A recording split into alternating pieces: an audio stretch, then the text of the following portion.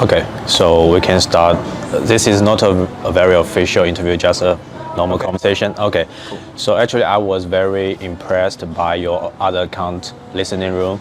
You share a lot of Japanese autophilous stories and some Japanese audio magazine like MJ magazine. Yeah. I think Do you know MJ? no, through you, through your you account. discovered it. Yeah, Okay. yeah, yeah. Cool. Because I think kind of language is always an invisible barrier. If you do not translate that Japanese content, the people who do not understand Japanese would never know, oh, there's such a good content in Japan. And a lot of good, excellent content maybe only was written in Korean, Japanese, Chinese, or so. And you have been lived in the States and Japan. I want to know, do you have any special feelings about language? About language. Yeah. Yeah, I mean, language is amazing. I think, like most Americans, it's a bit embarrassing, but so many Americans we only speak one language. It's really easy to be monolinguistic. Is that a word? I don't know. Maybe I just made that word up, but it's really easy to be kind of monolinguistic when you out of convenience, you don't need to know other languages, right? Like, I think all the countries you just mentioned, Japan, Korea. China, United States, we have a big enough, we have kind of a big enough domestic economy that we don't really need to be able to speak multiple languages. Yeah. But I travel a lot, and what I find is that, like, much more important than an education system is just the necessity to speak multiple languages. Yeah. So sometimes I'll go to somewhere in the developing world that's very rural, but if they need to speak the language to do business, whether they're working with tourists or they need to do international trade, they're very good at many languages. It's really interesting. So that's something that I've always been kind of embarrassed about, is that growing up, I only spoke one language. So my hobby is studying Japanese. Okay. And I'm not good at all at Japanese, but I love studying it. When I was younger, I took Japanese 1 or 1 and 2 lessons in Japanese when I was like 21 years old. Okay.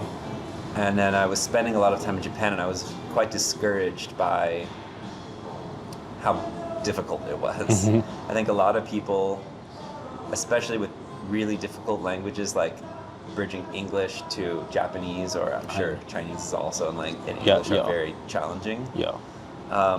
People have kind of unrealistic hopes of like, oh, I'm gonna go there and I'll be speaking the language in 6 months or something like that. So I went through that whole process of like, getting discouraged, and then I stopped studying, and I just try to pick up language over time. But now I have to admit, like, the apps that we have made studying language so much easier. Yeah.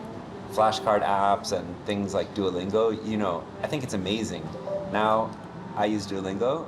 I mean, I know a lot of people think it seems very kind of like amateur way of studying language. Yeah.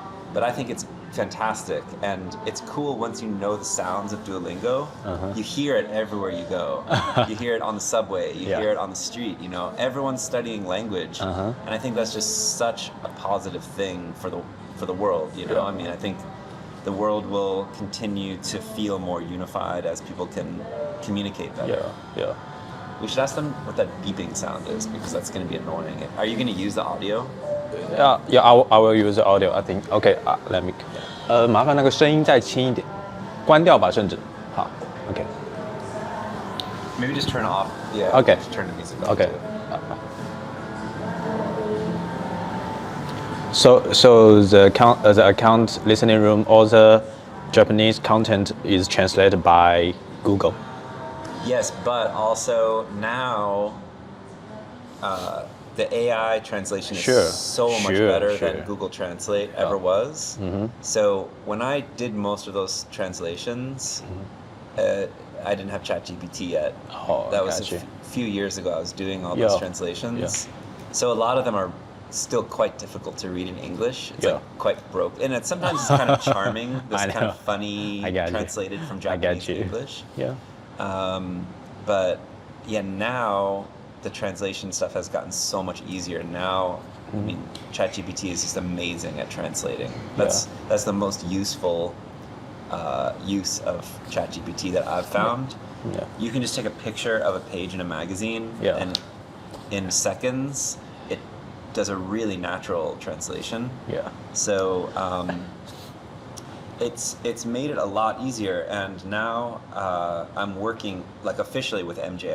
I'm a regular contributor to MJ. shit. So every issue, I've done 3 issues. Well, I've done 2 issues as a contributor, and then 2 issues as like my own listening room story. Like the things that I translate, there's a section in MJ called Listening Room.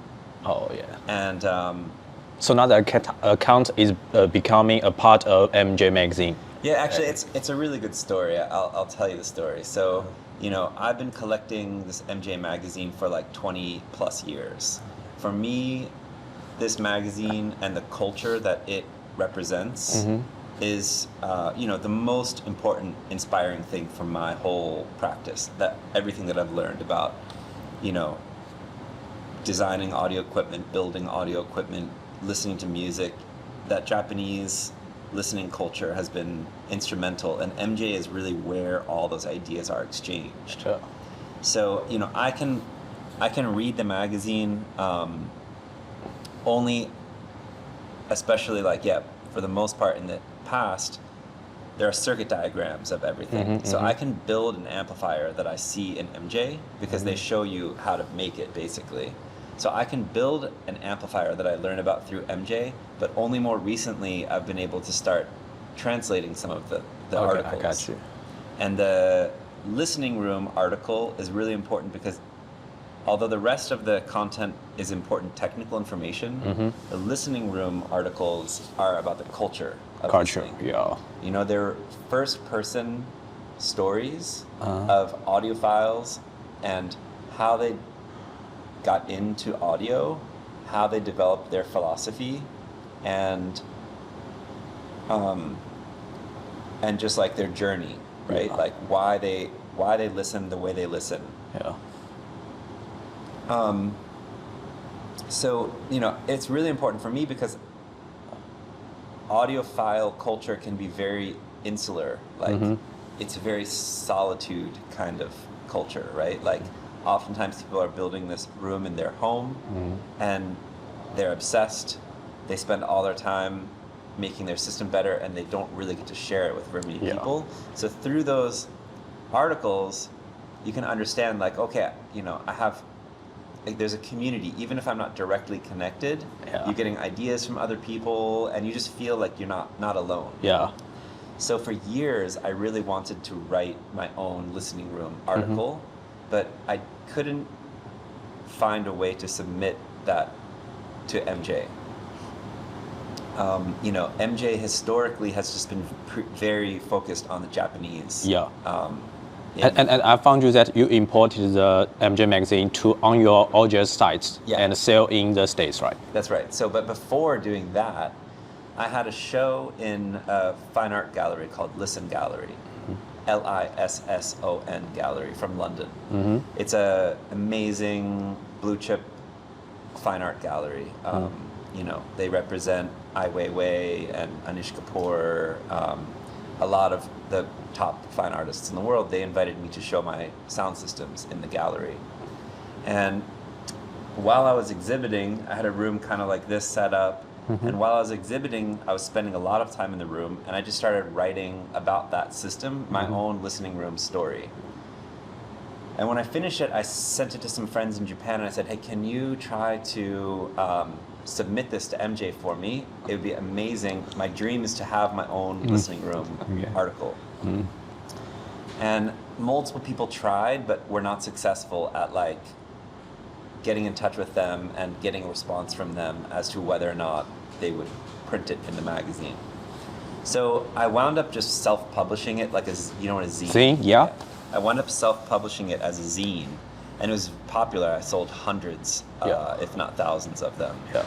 And years later, I was finally, someone wanted to introduce me to the MJ editorial staff. So I was like, okay, well, I've been making this zine, and it looks and feels like an MJ listening room article. And I say in the zine, the last paragraph is like background. It says like, I wrote this with the intention of submitting it to MJ. It's written in the style, written and presented in the style of the MJ listening room articles, encouraging people that, explicitly saying like, I've kind of copied this format, and encouraging people to go deeper and find the MJ content as well. So I went into the meeting with the zine. I brought a bunch of them for all the editors, and they were also aware of the listening room account, but I had never had direct contact with them before. So it was a really funny meeting because they were just so confused, like, who are you? What is this? Like, why are you kind of emulating us? Yeah. And it just took me like an hour to kind of explain to them, like, everything that I do related to MJ is here for like to help MJ find a following outside of Japan. Yeah. And I told them, you can have this Instagram account if you want it. They have an Instagram account with like in Japanese, hundreds of followers. Okay, I got it. And Instagram and the listening room account has, I don't know, 30 or 40,000 followers. I mean, 1,000 times, more than 1,000 times more than like they have. And so, I kind of offered this to them and was just like, I know that this might be kind of confusing to you, but I am basically MJ's biggest fan and supporter outside of Japan. I got it. And anything I can do, but my dream is for this to appear in the magazine.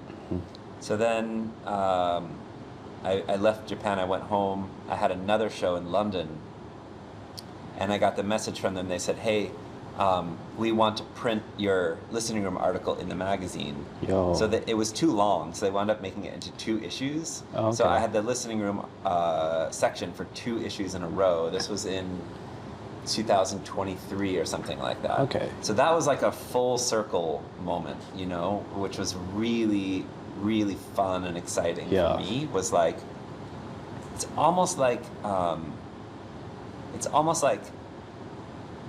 I'm a Star Wars super fan, and then all of a sudden I can have a role in the Star Wars. For me, that's that fantastic because this, I read MJ with the like level of enthusiasm of like a comic book fanatic reading a comic book, and all of a sudden I'm in the comic book, and then. Late last year, they asked me if I would become a regular contributor and just write different articles about audio from my perspective. So I've written 2. The first one was just kind of a reintroduction of myself and my practice and what I hope to contribute to MJ. Yeah. And part of that is not just helping MJ find a following outside of Japan, but also helping to bring younger participants into the hobby of audio. Sure. Because in Japan, like in the rest of the world, audiophilia, the kind of peak of audiophilia culture was probably in like, you can track the culture from sort of the 1930s. When, some of the greatest 1920s and 30s, some of the greatest audio equipment of all time was designed and produced for public use. And then you have the introduction of home audio and hi-fi, and that kind of peaked in popularity probably sometime in like the,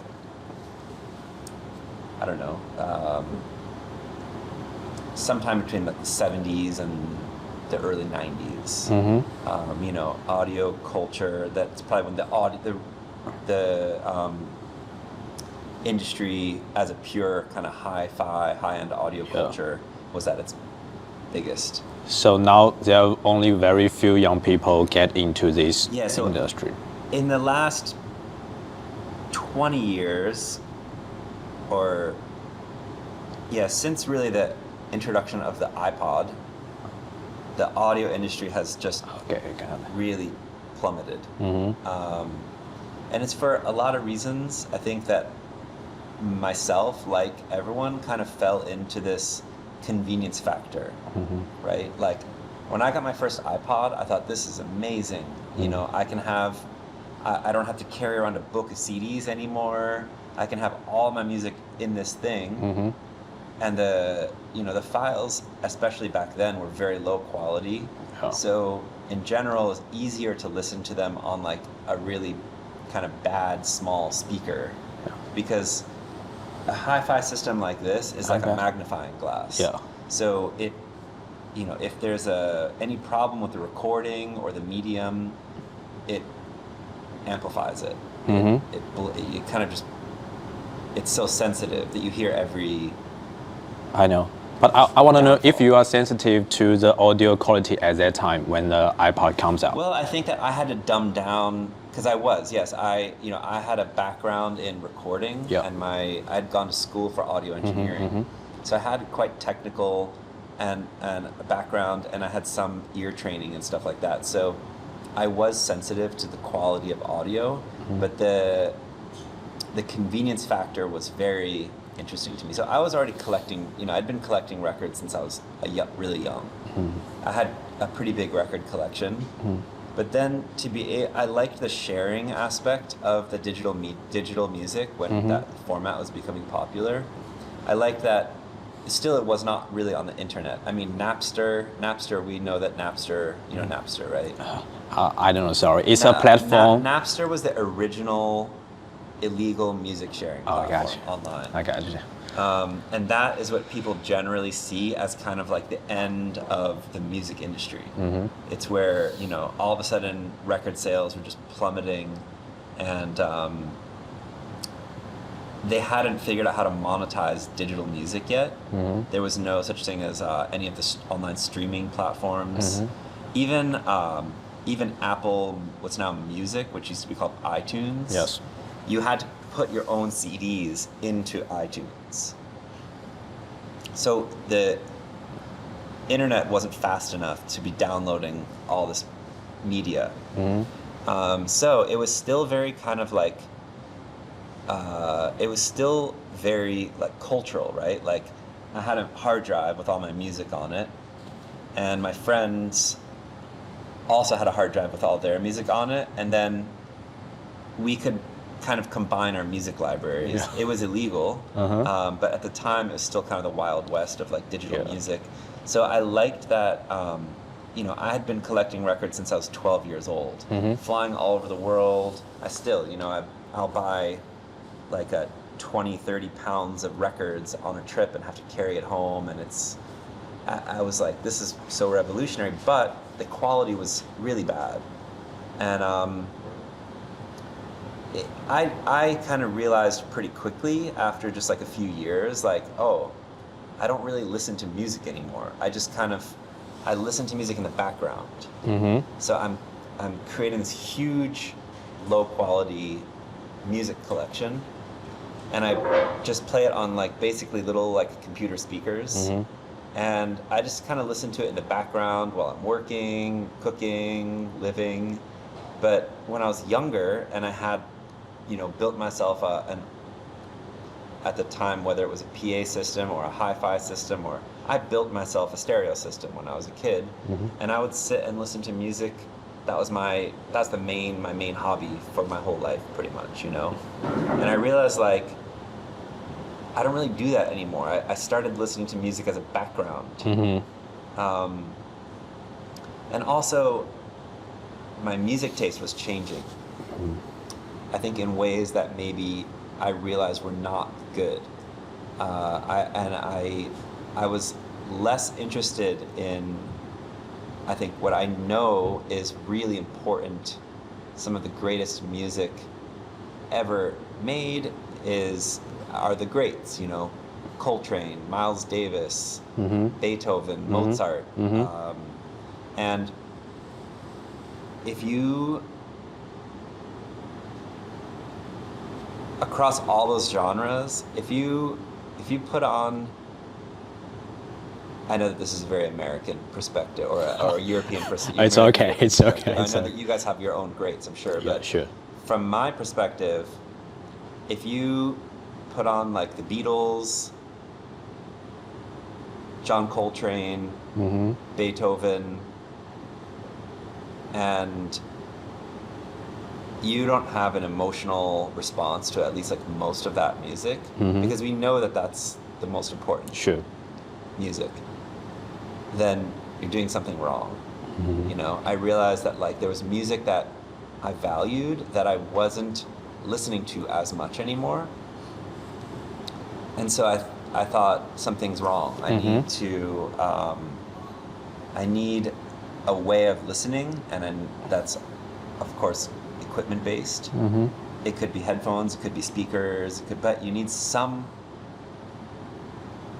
more emotionally immersive way of listening to music that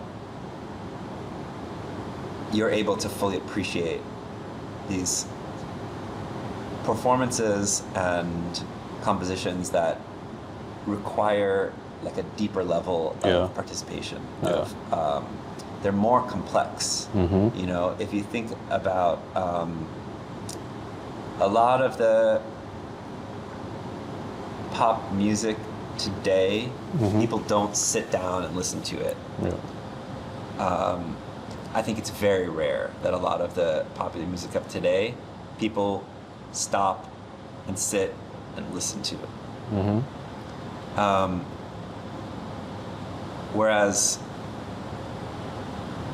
people used to do this all the time, you know, and albums were made kind of to have like a narrative and a flow from beginning to end. And now people don't even listen to the whole album. No. You know, now it's just kind of algorithm, play one song, play the next. And so I compare that often to, if you think about like, you know, I'm glued to my phone like everyone else. You know, I'm on social media and everything else. And, you know, I love consuming that content, but I also love going to a movie theater and watching a great classic film. The two things are just very different. And I don't dislike popular music as a rule either, you know, modern pop music as a rule either, but you don't really, like, I also don't listen to that music when I'm in my sort of real listening mode, which is really important for me. It's a really important part of my life. You know, I compare it to like, you wouldn't go to a movie theater to watch like TikTok videos, and you also don't want to watch Stanley Kubrick on your phone. You know, it's just a different. The media is a very important part of the art. And so, you know, I think that this message that I've been kind of preaching for the last, I mean, I've been doing this work and listening this way for, you know, 20 plus years. But really recently people have really started to catch on to this idea of like, kind of contemplative music listening, or like much more like engaged kind of listening to music as an activity. And it's definitely caught on and has become a full-on like trend in America and in Europe, but not so much in the audiophile culture has not really kind of caught on as much with young people yet. In Japan, I don't know. I think in China there is maybe more like. I don't think so. No, I don't think so. Well, anyway, I guess the reason I kind of where I'm kind of going with this is like my contributing to MJ and and working with MJ and Stereo Sound, is my hope is to do in Japan what I've done abroad, which is just bring more young people into the field. Because if the culture from its source, where it's inspired me, is vanishing, then it's like a real problem for, I think, for me and people everywhere. Yeah, and I remember that you mentioned that the keeping DIY culture alive in America is super important to you, and I think actually like the DIY kits you launched in the COVID-19 isolation and your collaboration between Supreme, Virgil, Stone Island, etc. I think those collaborations, those products actually makes more young people in the fashion industry start to pay attention and even be interested in audio stuff. Yes. I want to know if you have any plans to like promote this culture to more young people, like creating a website, just like maybe a tutorial website, just like the Virgil's one. That one really inspired me for the fashion. I don't know if you have any plans for creating like a website. I mean, we still make the speaker kits from time to time.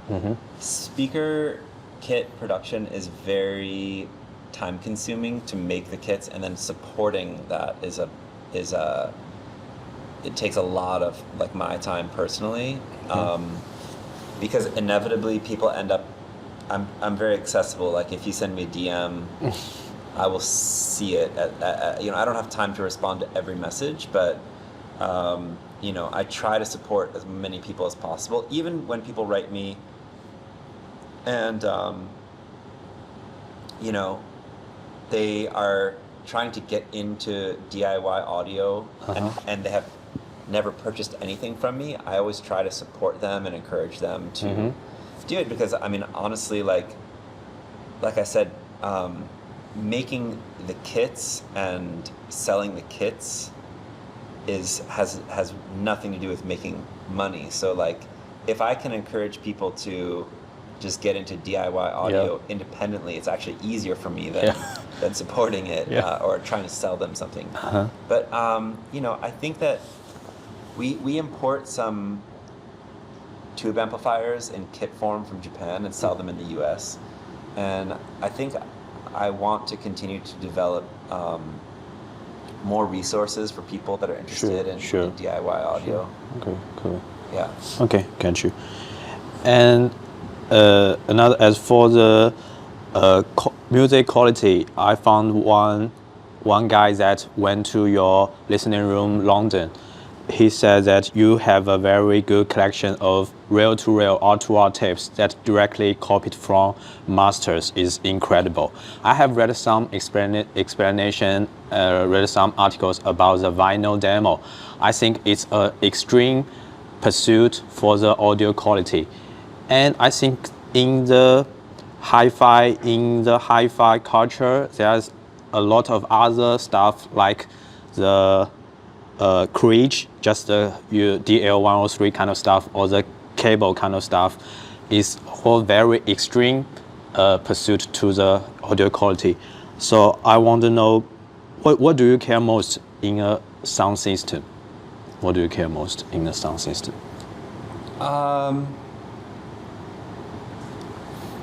So we talk about the signal chain in audio, right? The signal chain being like the cartridge, the tone arm. We use a step-up transformer for moving coil cartridges, the phono preamp, the power amp, the speaker. Every part of the signal chain is important, and it's kind of how each component complements the next is super important. And I tend to look at that signal chain not just as blocks, like cartridge, tone arm, like I mentioned these things, phono station. if you break it open, you can then kind of zoom in one I got it. extra level, and then you understand, oh, we have a transformer and a resistor and a tube and a capacitor. But and it's easier to understand on that micro level. Like if you change the value of this component, it throws everything off. Like the butterfly effect. Yeah, like the butterfly effect. Exactly. That's a great analogy. But if you zoom back out, still, like the compatibility, the cohesion of each component with the next is very important. But I think that the very beginning and the very end of the signal chain is probably where you have the most effect on the overall sound. Meaning, so the very end of the signal chain would be the speakers. And changing speakers will change like the overall sound image, probably more than anything. And then also the first few components, the cartridge, in most cases in my systems, then we use something called a moving coil step-up transformer into the phono stage, where you're going from a very, very, very tiny signal, like tenths of a millivolt coming out of the cartridge. You have to amplify this. It's very sensitive, that process. So those components, compatibility with each other, the matching of the impedances, and loading everything correctly is very important to get a good sound. Then of course, amplifiers are one of the most fetishized things in the audio world, and they're very important as well. But changing one amplifier to the next, as long as you stay within the general same specs, I think less impactful than like changing any component that you change in a speaker system will have a drastic effect on the sound. Okay. So yes, speakers, and then the very end, and then the source. I mean, of course, the real beginning of the signal chain is like the record or the tape or the file. I mean, really the source of the signal chain is the recording. Yeah. So, of course, the recording has to be, the performance has to be great. The recording has to be great. The mastering has to be great. The production of the media has to be great. But, some of those first stages are kind of out of your control. You have to find the good record or tape or file or whatever it is, or just music that you like. That's also really important. I want to know how about the environment? Is now this is a good environment for the listening, or night, morning, kind of stuff? I mean, getting into time of day is getting a little abstract. Of course, it has an effect, but has more to do with like your brain and your ears than being kind of prepared mentally to listen to music is also quite important. I think the thing about audio is, at a certain point, one thing that I always tell people is that like audio is a hobby, not a product. Yeah. Right? That at a certain point, you're moving into a level where it's going to require some participation from you as a user, as a listener. And a lot of it will also be subjective. So you have to be ready to start to make some subjective decisions about the way, what you think sounds good, what sounds good to you. And so it's always a journey. Building a system is always a journey. When someone comes to me and says, I want you to create like a complete thing, I almost never, I almost haven't succeeded unless they want to change something after the thing is built. Because to get it really right, it requires putting in some work. So, for this place, for example, I think it required me coming out here as a first step to get everything working right. And then I think we're going to continue to do things here because, you know, Ian and the guys here are kind of committed to this journey. You know, they're not like, oh, it's going to require some work. Now we're cool. We're just going to put ceiling speakers and play music. It's fine. So I think that this is space. Hopefully we'll see it evolve like over time as well, right? Like I don't want to say, oh, now everything's perfect. Come here. I think that right now we're at sort of like step one. We've gotten to that point. And, you know, it's going to be an enjoyable place to listen to music. But I think it'd be cool for people to kind of start coming here for some kind of listening events that hopefully we'll start doing and start to understand that, oh, like things are changing here for a reason and it's sounding better. You know, I think that acoustically we're doing a lot to figure out how to make it work as best as possible in here. The room is super important. Back to your point. The room is super important, but it's also good to be realistic about what you can achieve. And at the end of the day,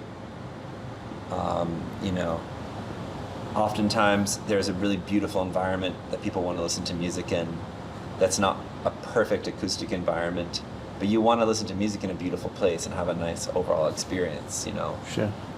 Yeah, I get you. Thank you.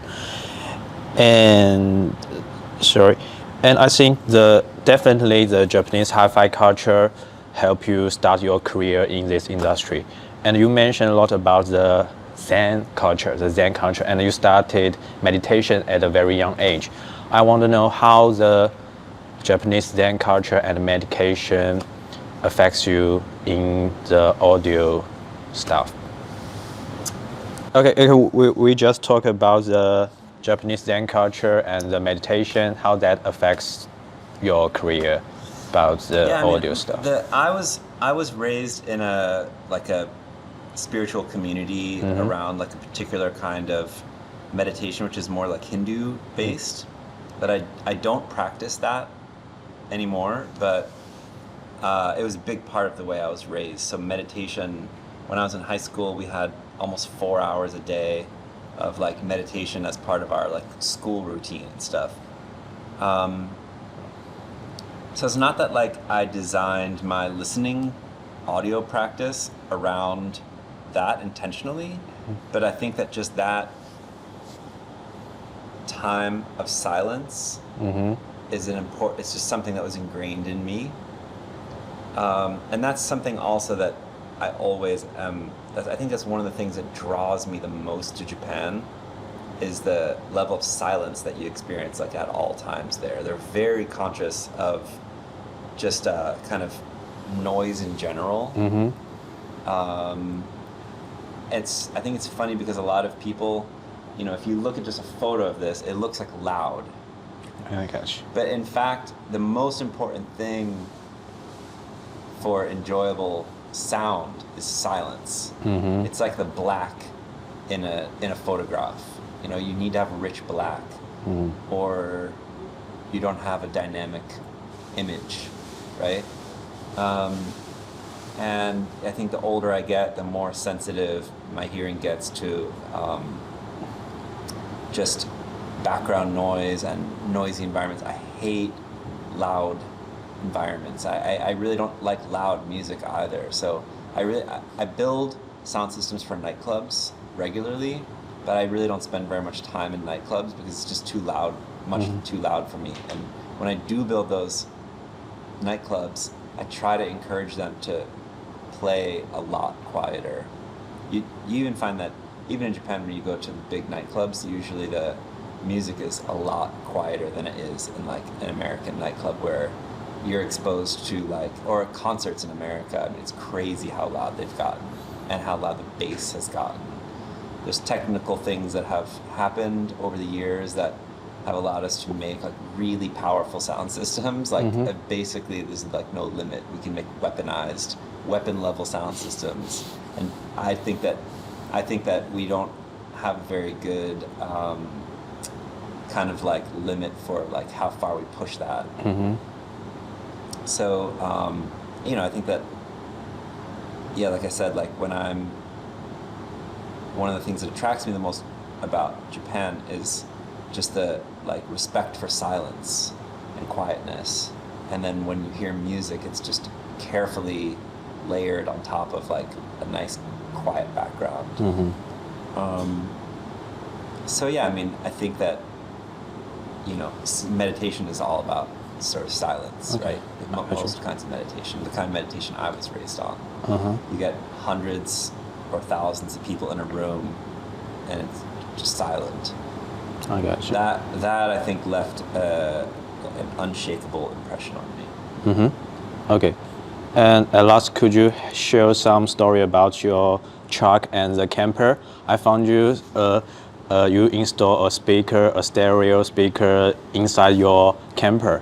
How does it sound? It sounds good as a sound system, because I think it's a much smaller space Yeah. inside the camper. So the campers, yeah, I've built several campers. It's another kind of passion of mine. Another hobby. Yeah, another hobby. And that's, I mean, ultimately I think of myself as a professional hobbyist. And like DIY audio, self-built campers are like really like, I think an underappreciated, important kind of cultural thing. It's really big in Europe. I don't think it's very big anywhere else. People that, like I do, like I take an old army truck usually, or some kind of utility vehicle, a van, and then build, you know, kind of treat it as a living space, like when people find an old warehouse or an old house and make a fresh kind of house inside of that raw space. That culture is pretty prevalent in Europe, but not so much in America, and I don't really know of anywhere else that it's like a strong culture like that. So building the sound system into the rig, of course, I always do, and I'm getting better at I've been focusing a lot on making small sound systems for small spaces, but the camper is really a different. It's not like a conceptual thing that I tie the two together. Like it's not a mobile listening room, and it doesn't have any sound on the outside of it. So a lot of people assume that it's like a mobile sound system, like I can pull up somewhere and like throw a party or something like that. It's not that at all. I think that the connection between my building campers and building sound systems is that they're both like functional. If you consider them artworks, they're both like a functional artwork.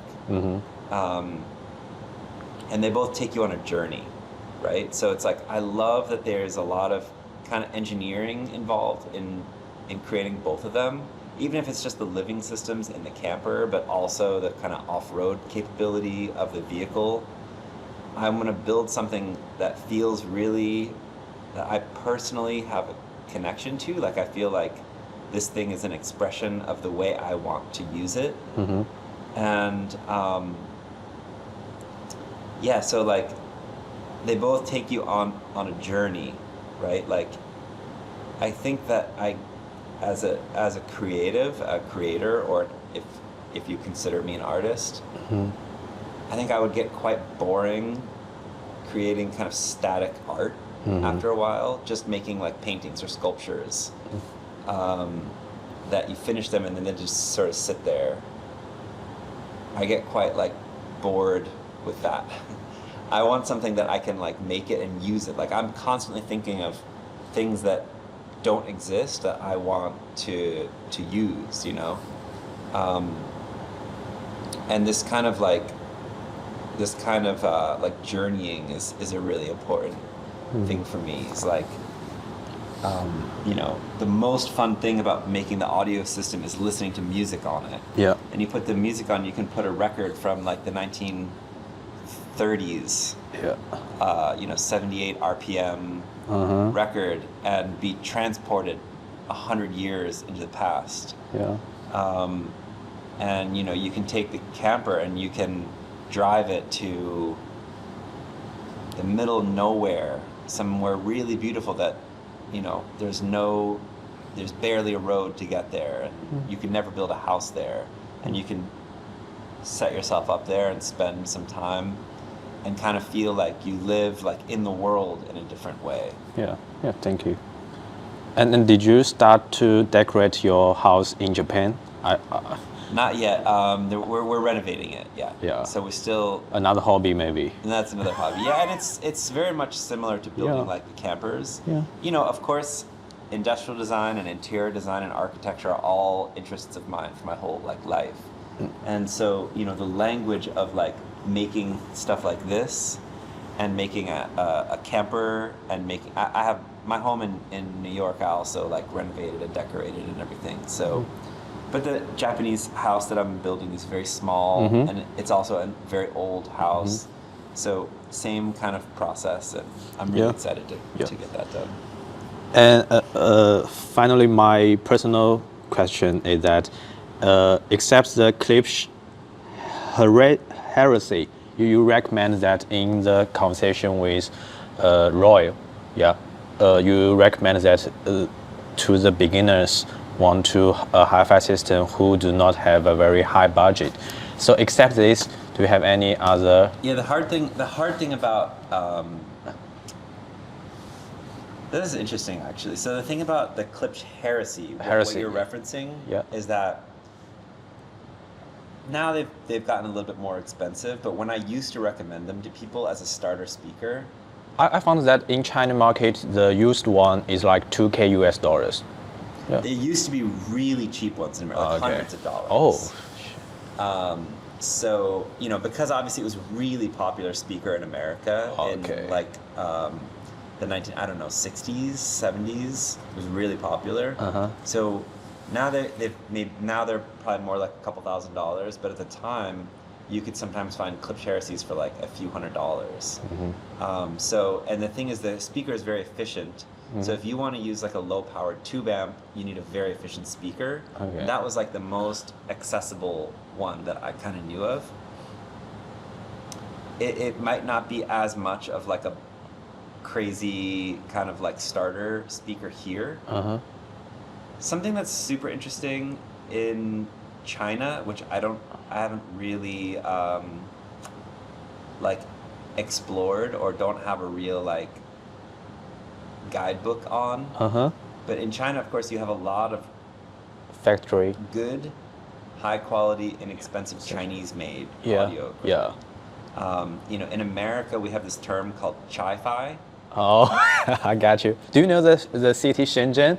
It has a lot. I've never been, but of course I know about that. I need to go. Yeah. Yeah, sure. And so that's where obviously like there are all these resources for making, Okay, I got you. inexpensive I got audio you. gear. I got you. So I mean, I think that if I spent more time here, and there are a lot of people in America who they're into like this Chi-Fi thing, and they're like, look, I built this system for like $500 and it's like amazing. I know there's one speaker that's very popular right now. There's a really famous studio monitor speaker that the BBC used for decades called the LS35A. LS35A was a speaker design that several different manufacturers made. And so there's in China now, someone's making like a copy of the LS35A, and it's like $500 on Amazon in America. So it's I don't even know how much it costs here. It's probably like really cheap here. Yeah. I will check.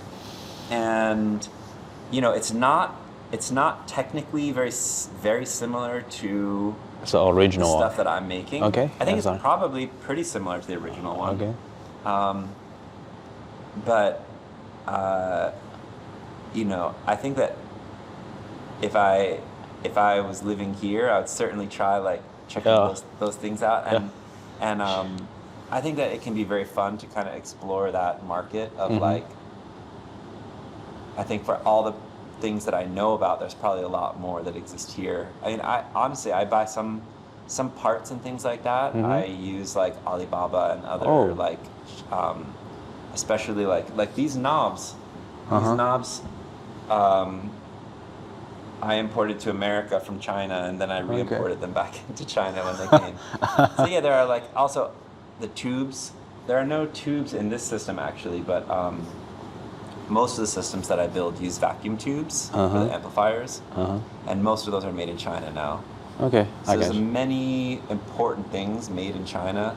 I mean, most of the speaker components are made in China. So China plays a really important role, obviously, in the audio industry. And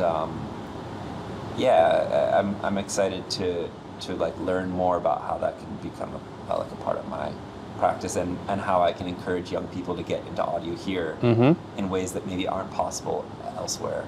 Yeah, yeah. That's all of it. Thank you very much. Thank you. Thank you very much. Okay, we can turn the mic off. And actually, I didn't ask a lot of like technical stuff today because I think I want to know more about who you are and introduce. I think like my content is more about streetwear and subculture. So I think you are very that because you have collab with like Supreme, Virgil. I think you are very good choice to let more young people in China through my content they can maybe get interested into that. I think Cool, yeah. this is so interesting. And One thing that I always say is like, you know the term Venn diagram? Venn diagram. Venn diagram is like you have circles. Like this circle represents something, and this circle represents something, and this circle is something, and then where they all overlap. Do you know what I'm talking about? Like Yin yang, black white. No. Venn diagram. I'll show you really quickly. I'm sure you know what I mean.